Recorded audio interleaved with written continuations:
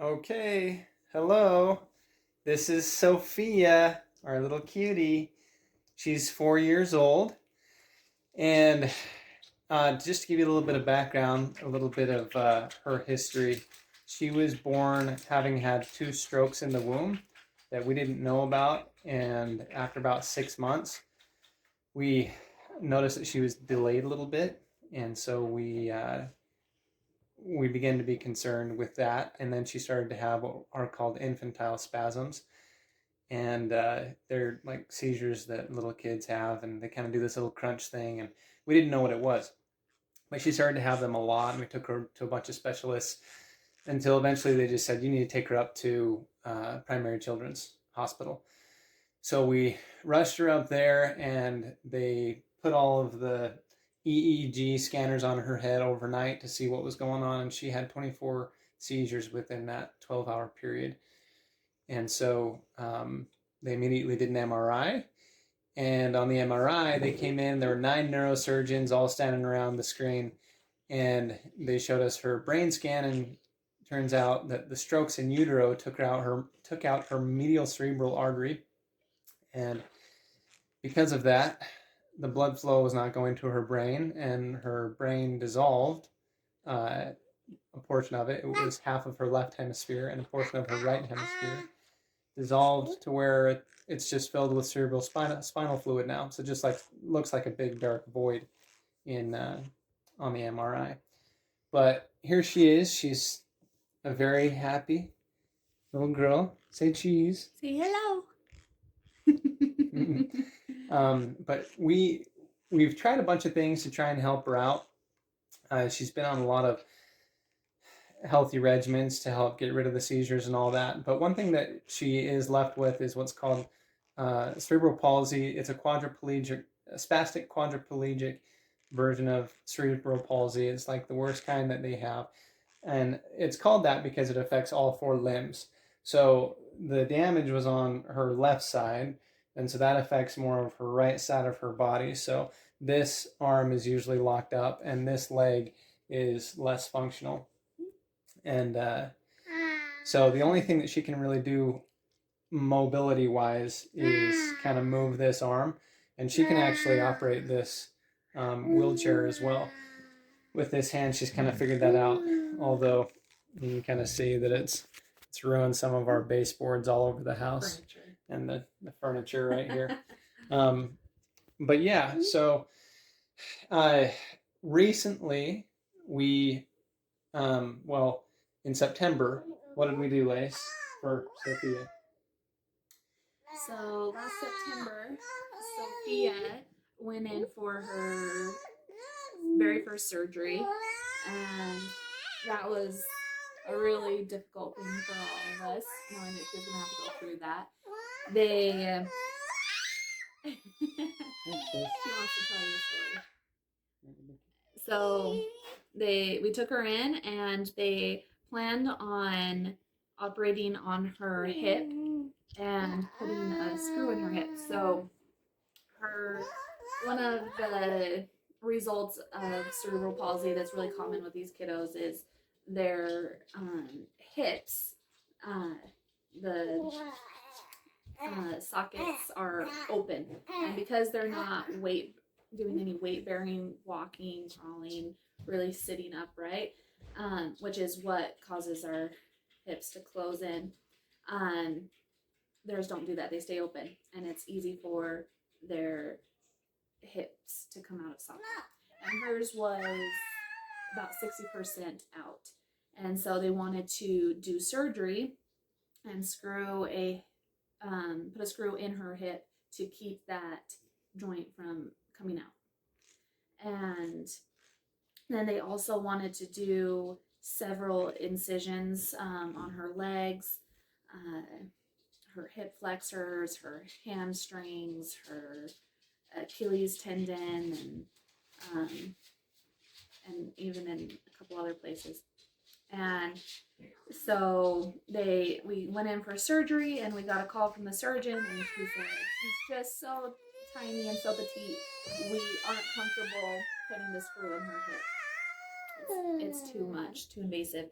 So they did not operate on her hip, and instead they went ahead and operated on her legs. And so her hip was still 60% out of socket. And the surgeon let us know, like, you need to be really careful with this hip.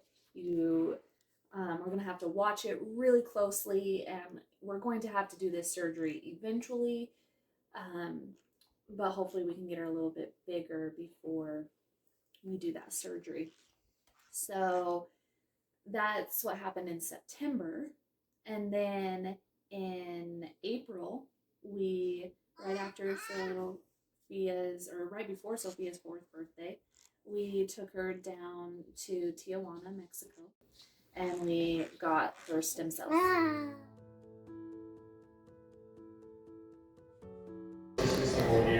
Happy Easter to Jennison. Happy Easter!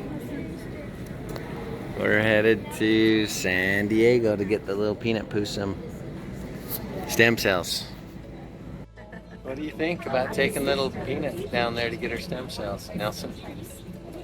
Very, very grateful. Very grateful for that we got approved for her to get on the medical complex child waiver that gets us Medicaid. No out-of-pocket medical expenses ever again for her. Are you kidding? Oh my! I found out, we both just cried. That's awesome. We cried because we've been trying to get on it For years. for 3 years. Yeah.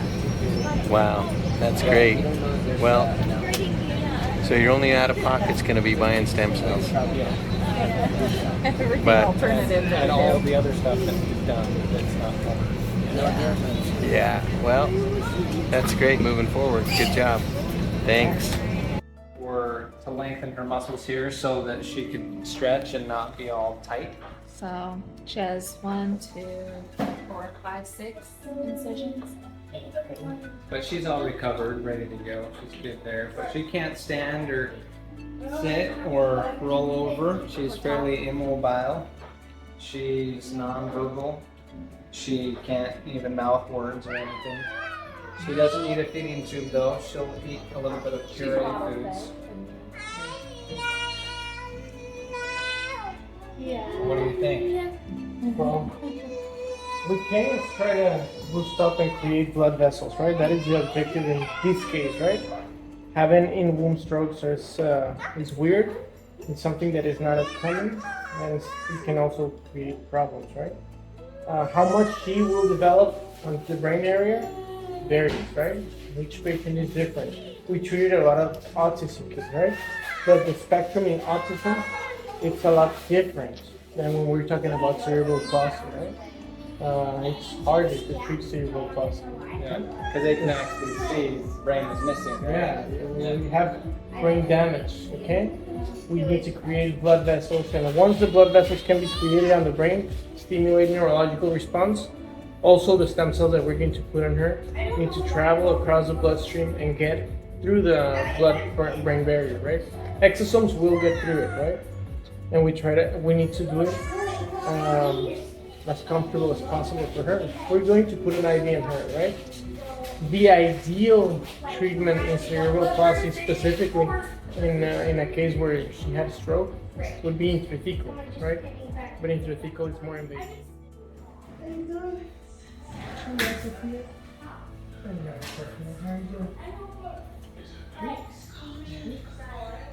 How's everything doing? How's everything doing? You're very beautiful girl. You're very pretty girl. Okay. Hay que traer las celdas para que puedas utilizar.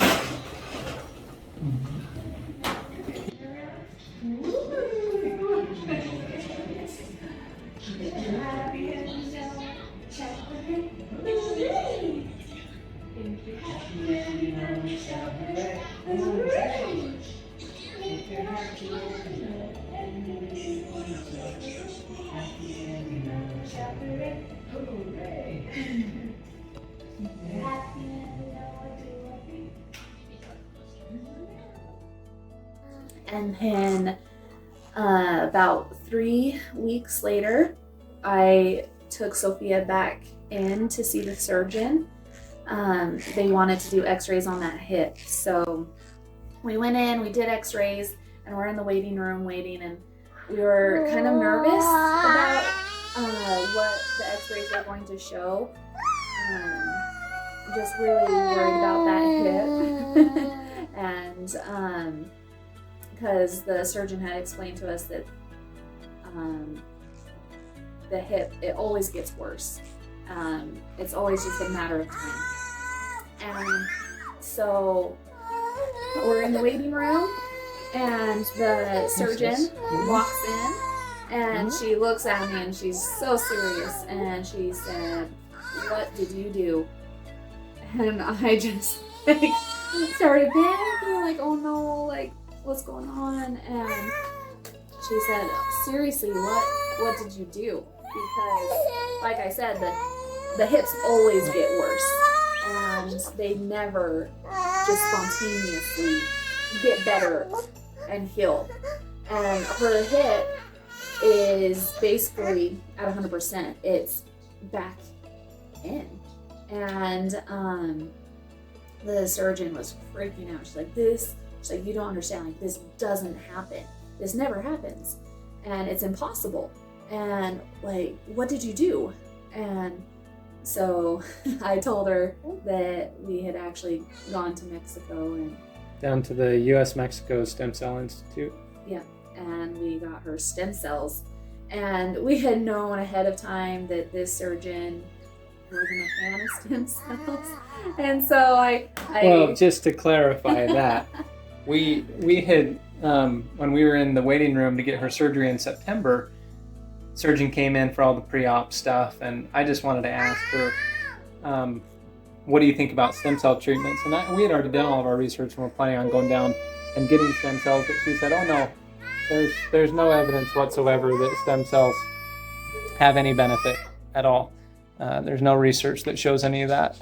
And we knew that she was wrong about that, but we didn't, argue about it. But then, yeah, so you told her that. yeah, so I told her that we'd gone down and done stem cells, and she was just like, "What? That's so crazy. I never thought that would do anything." And so she just kept on like, "Can I look at her hip again?" And like looking at the x-rays and touching her hip, and she was just blown away. Like, this is just crazy. She's like, "I hope you understand like what a total miracle this is."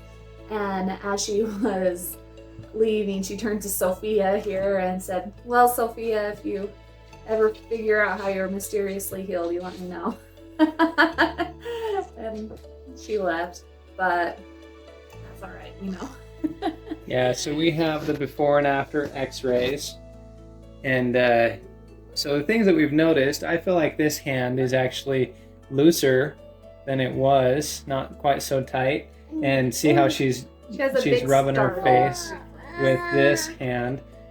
This is the only hand that she ever uses to rub her face, but I did notice that she started to rub her face with this hand, which is pretty awesome. And I feel like she has more strength to stand up in her braces. We just kind of hold her up and she locks her legs and we hold her there, and I feel like she's doing better with that. But anything else that you've noticed, Lace? Yeah, she's more aware. We mentioned she can maneuver around the house with her wheelchair, and now she seems so much more aware of her surroundings, and she'll maneuver her wheelchair over to a counter, and now she's like reaching and grabbing things off of the counter, which is something she's never done. Or she'll like go into the bathroom and like grab the faucet and like try and turn on the bathtub, and those are all new things for her. Well, and showing more engagement too. Yeah. Like you were mentioning, you were doing your hair the other day and she didn't want to watch TV. She wanted to just come in and be with you and watch you. Yeah. And with the boys, they play outside. They're jumping on the trampoline, and Sophia's never cared to, go just watch them. And she'll drive her little wheelchair over to the window and just watch them now. So yeah, I feel like she's been making progress, and she made all that progress within 3 weeks of going down to the Stem Cell Institute and getting I don't remember how many stem cells it was. how many was it? 30 million stem cells that were just intravenously injected into her. So, yep, we are super hopeful that she'll continue to improve, and we definitely have plans to go back down, see what else happens.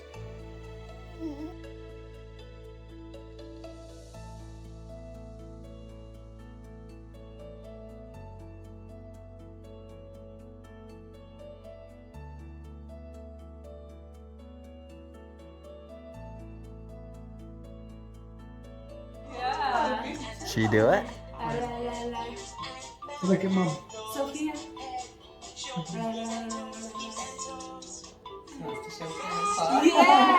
Yeah, she is. She's gonna learn how to say some words pretty soon.